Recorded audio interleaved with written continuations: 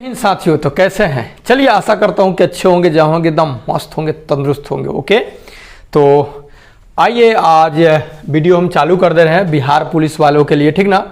तो आज के इस वीडियो में हम लोग फिजिक्स से कुछ रिलेटेड क्वेश्चनों को देखेंगे और आप लोग अपना रिस्पॉन्स दीजिएगा कि क्या आप अभी से ही क्या सेट चालू कर दिया जाए या अभी बेसिक कुछ बातों को बताया जाए। ओके, तो चलिए बिना देर के हुए समझने का कोशिश करेंगे, है ना।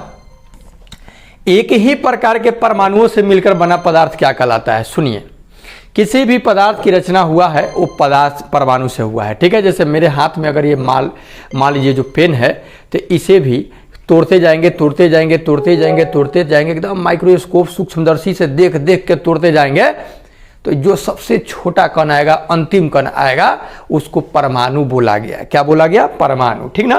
तो एक ही प्रकार के परमाणुओं से मिलकर, अब जब एक ही प्रकार के सब परमाणु एक जैसा हो, सब एक जैसा हो, है ना, तो एक ही प्रकार के परमाणुओं से मिलकर बना पदार्थ क्या कहलाता है? तो उसको हम कहते हैं तत्व कहते हैं। क्या कहते हैं जी? तत्व कहते हैं। जैसे सोना, अब सोना को लेकर तोड़िएगा तो चांदी थोड़ी उनमें से निकलेगा, सोने ना निकलेगा। सोना चांदी को लेकर कितनों भागों में तोड़िएगा तो चांदी रहेगा, है ना, लोहा नहीं ना हो जाएगा। यानी कि दो चांदी है, दो भाग में तोड़ दिए तो एगो लोहा हो गया, एगो पीतल हो गया। सोना है, दो भाग में तोड़ दिए तो एगो लोहा हो गया, एगो चांदी हो गया। क्या ऐसा होगा? नहीं होगा। अर्थात एक ही परमाणुओं के संयोग से मिलकर बना जो पदार्थ होगा उसको हम क्या कहेंगे? तत्व कहेंगे। पदार्थ मतलब पदार्थ को कितने भागों में बांटेगा? तीन भागों में, ठोस, द्रव और गैस। ठोस, द्रव और गैस। और उसके बाद तत्व, यौगिक और मिश्रण, ये हो गया आपका रासायनिक संरचना के आधार पर, ठीक है।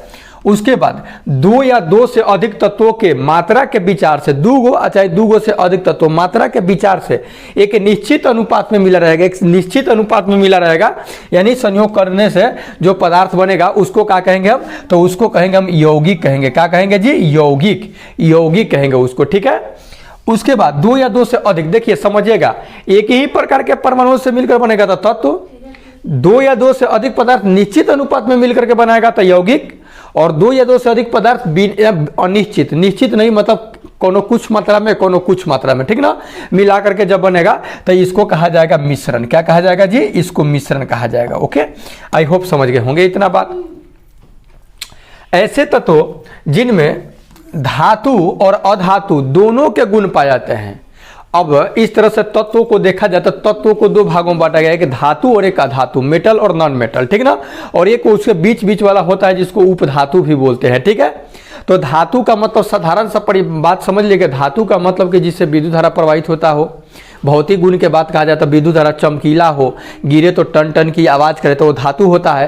अधातु का मतलब कि जो ऐसा नहीं हो, जो धातु से अलग हो, उसको अधातु कहेंगे। जैसे हो गया आपका ईंटा, पत्थर, ये सब अधातु हो गया, लकड़ी अधातु हो गया, ठीक ना। लेकिन सोना, चांदी, लोहा, टीना, ये सब क्या हो गया? आपका धातु हो गया, ठीक ना। तो ऐसे तत्व जिनमें धातु और अधातु दोनों के गुण पाए जाते हैं वो कहलाते हैं, तो उसको कहते हैं उपधातु कहते हैं। धातु और अधातु दोनों का गुण पाया जाएगा तो वो कहलाएगा उपधातु। कौन सा धातु होते हुए भी विद्युत का कुचालक है? देखिए, वह कौन ऐसा धातु है जो धातु तो है लेकिन विद्युत का कुचालक है। अभी हम बताएं कि धातु का मतलब जिससे विद्युत धारा प्रवाहित हो जाएगा। लोहा, सोना, आपका चांदी, ये सबसे क्या होगा? विद्युत धारा प्रवाहित हो जाएगा। लेकिन वो कौन ऐसा धातु है फिर भी उससे विद्युत धारा प्रवाहित नहीं होगा? तो उसका नाम है लेड। लेड यानी सीसा, इससे आपका विद्युत धारा प्रवाहित नहीं होगा। लेकिन इसको क्या, यह क्या है? धातु है। ओके, किस धातु में धातुई चमक पाई जाती है? वह कौन ऐसा धातु है जिसमें धातुई चमक पाई जाती है? सॉरी, ये गलती यहां दिया है, अधातु। वह कौन ऐसा अधातु है जिसमें धातुई चमक पाया जाता है? तो वो है आपका ग्रेफाइट और आयोडीन। ग्रेफाइट और आयोडीन यह अधातु है। क्या है जी? अधातु है, फिर भी इसमें धातु के जैसा गुण पाया जाता है। ग्रेफाइट से होकर के विद्युत धारा प्रवाहित हो जाएगा। ग्रेफाइट यानी पेंसिल में जो लगा रहता है, जो उगता है, मतलब जो हम लोग लिखते हैं तो लिखाता है, वही होता है कि आपका ग्रेफाइट। उससे विद्युत धारा प्रवाहित कीजिएगा तो हो जाएगा, ठीक ना। अगर मान लीजिए कि पेंसिल जो है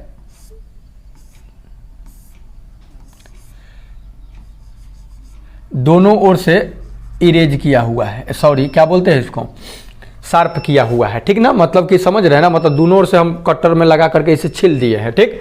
तो ये छील दिए हैं दोनों ओर से कटर लगा करके। तो ये जो पेंसिल है इधर भी वायर तार इधर भी तार बांध करके या बैटरी से जोड़ करके जब बल्ब को बारिएगा ना, बैटरी का सिंपल फिजिक्स में कुछ इस प्रकार से होता है, ऐसे एगो बैटरी हो गया, ठीक ना, ये समझिएगा बात को। तो अगर इसको लेकर के एक बल्ब से जोड़ दीजिएगा, इसको लेकर के क्या कीजिएगा जी, बल्ब से जब जोड़ दीजिएगा ना तो ये बल्ब क्या होगा आपका जलने लगेगा, अर्थात इससे पता ये चलेगा कि ये विद्युत का क्या है, सुचालक है। तो ये ग्रेफाइट जो है विद्युत का सुचालक है। और आयोडीन जो नमक में मिला करके आयोडीन युक्त किया जाता है जिससे घेंघा रोग नहीं होता है, तो वो जो आयोडीन होता है वो भी आपका अधातु है, लेकिन विद्युत का क्या है भैया, वो सुचालक है, यानी चमक उसमें होता है, सॉरी चमक होता है, ग्रेफाइट सुचालक है, ठीक है, और प्लस चमक भी होता है। ग्रेफाइट चमकता नहीं है जी, लिख करके देखिएगा ना चमकेगा। जल एक यौगिक है, कैसे, तो जल एक यौगिक है, इसलिए यौगिक है। यौगिक का परिभाषा अभी हम जाने के निश्चित अनुपात में मिलेगा, 2 या 2 से अधिक परमाणु निश्चित अनुपात में मिलेगा तो यौगिक बनाएगा। तो इसमें क्या होता है कि रासायनिक बंधन जुड़े हुए होते हैं, 2 भिन्न तत्व रहता है, वो हाइड्रोजन आता है, एक ऑक्सीजन आता है। क्या होता है जल का शुद्ध भाई, H2O होता है। क्या होता है जी, H2O। देखिए इसमें एक हाइड्रोजन है, एक ऑक्सीजन है, ठीक ना, हाइड्रोजन है और ऑक्सीजन है, तो ये दोनों मिल करके क्या हुआ है कि बनाया है क्या चीज, यौगिक। यौगिक मतलब जल, जल क्या है तो एक यौगिक है। कोई दिक्कत, आइए आगे समझते हैं। ओके, सॉरी ये नहीं है, देखेंगे आगे। अगर आप लोगों का कमेंट आएगा तो हम क्या करेंगे कि चैप्टर वाइज जो लूसेंट में जिस तरह से दिया है पढ़ने के लिए, उस तरह से हम बना करके आपको डिटेल में उसको हम ला सकते हैं, ठीक है। तो आप लोग बोलिएगा, क्योंकि जिस तरह से होगा उस तरह से हम आप लोगों के अनुसार ही पढ़ाएंगे। न्यूक्लियन सामान्य नाम है, न्यूक्लियन जो है इसका सामान्य नाम क्या है, तो प्रोटॉन और न्यूट्रॉन को मिला करके न्यूक्लियन बोला जाता है, ठीक है। कोई दिक्कत, एक इलेक्ट्रॉन, हाँ ये भी समझ लीजिए, परमाणु जो होता है ना वो इलेक्ट्रॉन, प्रोटॉन और न्यूट्रॉन, पॉजिट्रॉन, हेक्सट्रॉन, इस सब से मिल करके बना हुआ है, जिसमें मूल्य कण जो है प्रोटॉन, न्यूट्रॉन, प्रोटॉन, न्यूट्रॉन, ये जो है आपका इलेक्ट्रॉन, प्रोटॉन, न्यूट्रॉन, ये उसका मूल कण है। मूल मतलब मेन कण है। परमाणु को भी तोड़ा गया बाद में, पहले के लोग बोला था कि परमाणु नहीं टूटेगा, अंतिम जो है वही परमाणु है, लेकिन बाद के वैज्ञानिक लोग उसको भी तोड़ दिया, इलेक्ट्रॉन, प्रोटॉन, न्यूट्रॉन कई कणों में, ठीक ना। तो एक इलेक्ट्रॉन पर आवेश कितना होता है, तो इलेक्ट्रॉन निगेटिव चार्जिंग होता है। क्या होता है, याद रखिएगा, इलेक्ट्रॉन निगेटिव चार्ज और प्रोटॉन पॉजिटिव चार्ज, पॉज से प्रोटॉन और पॉज से पॉजिटिव, प्लस चार्ज होता है, इलेक्ट्रॉन पर माइनस चार्ज होता है। अब देखिए ऊपर आवेश कितना, जैसे इस तरह से हम रगड़ रहे हैं तो इस पर आवेश मन गर्म हो जा रहा है ना, तो आवेश आ गया इस पर, ठीक है ना। तो ये आवेश जो होगा इलेक्ट्रॉन पर कितना होगा, तो ये होगा आपका, रोक दीजिए जी, आ रहा है ट्रैक्टर। एक इलेक्ट्रॉन पर आवेश तक कितना होता है, 1.6 गुने 10 के पावर माइनस के 19 कूलम। देखिए भुलाने के लिए आपको कब प्लस दे देगा, और यहाँ पे क्या होना चाहिए, माइनस होना चाहिए, क्योंकि इलेक्ट्रॉन निगेटिव चार्जिंग है। ओके, तो मास के 1.6 गुने 10 के पावर मास के 19 कूलम हो जाएगा, क्या चीज आपका एक इलेक्ट्रॉन पर आवेश हो जाएगा। अगर प्रोटॉन के कहेगा तो खाली यहाँ पे क्या हो जाएगा, प्लस हो जाएगा। कोई दिक्कत है क्या। पॉजिट्रॉन है तो पॉजिट्रॉन जो है धनावेशित है, पॉजिट्रॉन क्या है, धनावेशित, ये भी मूल कण है।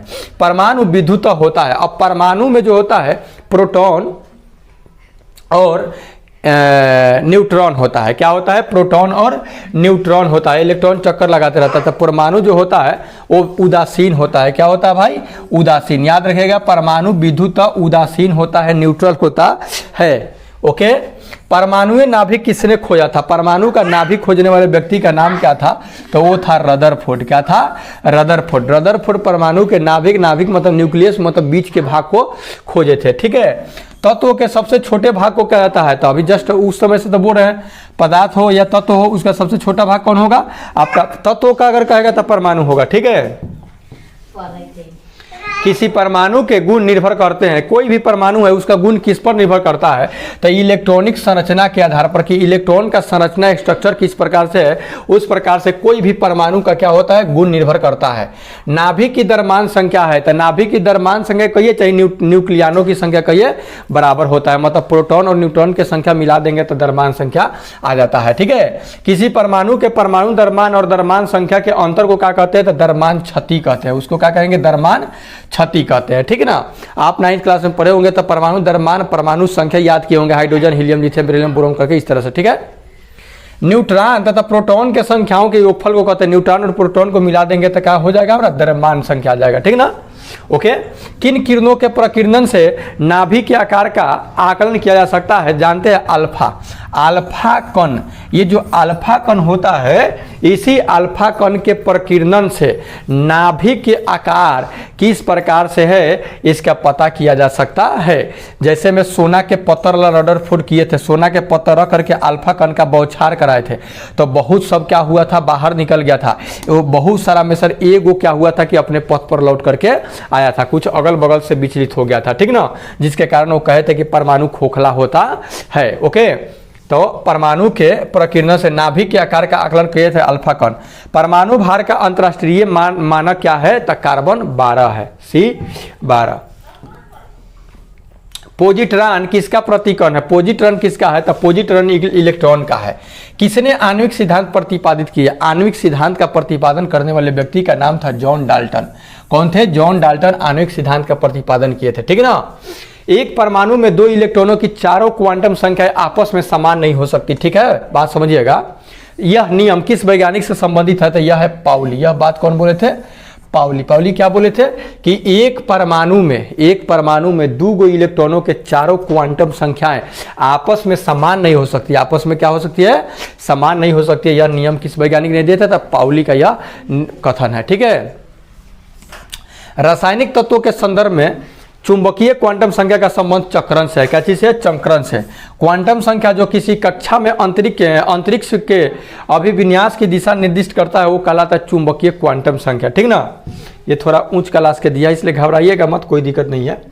किसी परमाणु की बाह्यतम कक्षा में कितने इलेक्ट्रॉन रह सकते हैं, किसी भी परमाणु के बाह्यतम कक्षा में कहोगे तो 8 गो इलेक्ट्रॉन रह सकता है। कितने इलेक्ट्रॉन, 8 इलेक्ट्रॉन रह सकता है। 8 गो पुराने के चक्कर में सब रहता है, मतलब जिसको अष्टक बोला जाता है। क्या बोला जाता है, जस्ट अष्टक। जैसे में आपका अक्रिय जो गैस है, हीलियम, नियॉन, आर्गन, क्रिप्टन, जेनान और रेडान, 6 गो अक्रिय गैस है, या किसी से क्रिया करता उड़ता नहीं है। तो यह जो 6 जो है उसके बाह्यतम कक्षा में 8 गो इलेक्ट्रॉन रहता है, या भरा रहता है, फुल रहता है, इसीलिए वह अक्रिय होता है। कौन कौन, helium, neon, argon, krypton, xenon और रेडॉन, यह 6 अक्रिय है। ओके, ये देखिए, ये है आपका रेडॉन, परमाणु संख्या 88 है, द्रव्यमान संख्या 226 है। नीचे को परमाणु संख्या, ऊपर वाले को द्रव्यमान संख्या कहते हैं। कि नाभिक में न्यूट्रॉन और प्रोटॉन की संख्या कितनी है, तो न्यूट्रॉन देखिए, इसको घटाएंगे तो न्यूट्रॉनों की संख्या आएगा, घटाएंगे तो न्यूट्रॉन 138, और प्रोटॉन का ये चाहिए परमाणु संख्या का, ये बात बराबर है 88 को परमाणु संख्या है, प्रोटॉन का ये, और उसके बाद उसमें से घटेगा तो न्यूट्रॉन आएगा। तो ये पूछेगा, द्रव्यमान पूछेगा तो 26, 226 हो जाएगा, ठीक ना, रेडियम का। यदि परमाणु की तीसरी कक्षा सबसे बाहरी कक्षा हो, मान लीजिए कि परमाणु की जो तीसरा कक्षा हो, तीसरा ऑर्बिट जो हो, 1 2 3, तो इसमें कुछ इलेक्ट्रॉन, इसमें कुछ इलेक्ट्रॉन, इसमें कुछ, इसमें पहले का में 2 गो होता है, दूसरा में 8 गो होता है, 9 दूनी 18 को तीसरा में इस तरह से रखा जाता है। तो यदि परमाणु की तीसरी कक्षा सबसे बाहरी कक्षा हो तो इसमें इलेक्ट्रॉनों की अधिकतम संख्या कितनी हो सकती है भैया, तो 18 हो सकती है। इसको सूत्र किससे निकालते हैं, 2n² से निकालते हैं। किससे, 2n²। तो 2 गुना, अगर प्रथम कक्षा रखना हो तो n की जगह पर 1 रखेंगे, तो 1 के स्क्वायर में 2 से गुना करेंगे तो आपका कितना आएगा, 2 आएगा। कितना आएगा, 2। अगर दूसरा कक्षा का निकालना हो तो 2 के स्क्वायर करेंगे, तो 2 के स्क्वायर 4, और 4 में 2 से गुना कर देंगे तो 8। तीसरा के अगर निकालना हो तो 3 के स्क्वायर करके 2 से गुना करेंगे तो 3 3 के 9 दूनी 18। तो वही करा कि तीसरी कक्षा में, ऐसे ही आपसे पूछ देगा चौथी कक्षा में, तो आराम से निकाल सकते हैं, है ना। जब कोई इलेक्ट्रॉन उच्च कक्षा से निम्न कक्षा में जाता है तो ऊर्जा का उत्सर्जन होता है। क्या होता है, ऊर्जा का उत्सर्जन, ठीक है।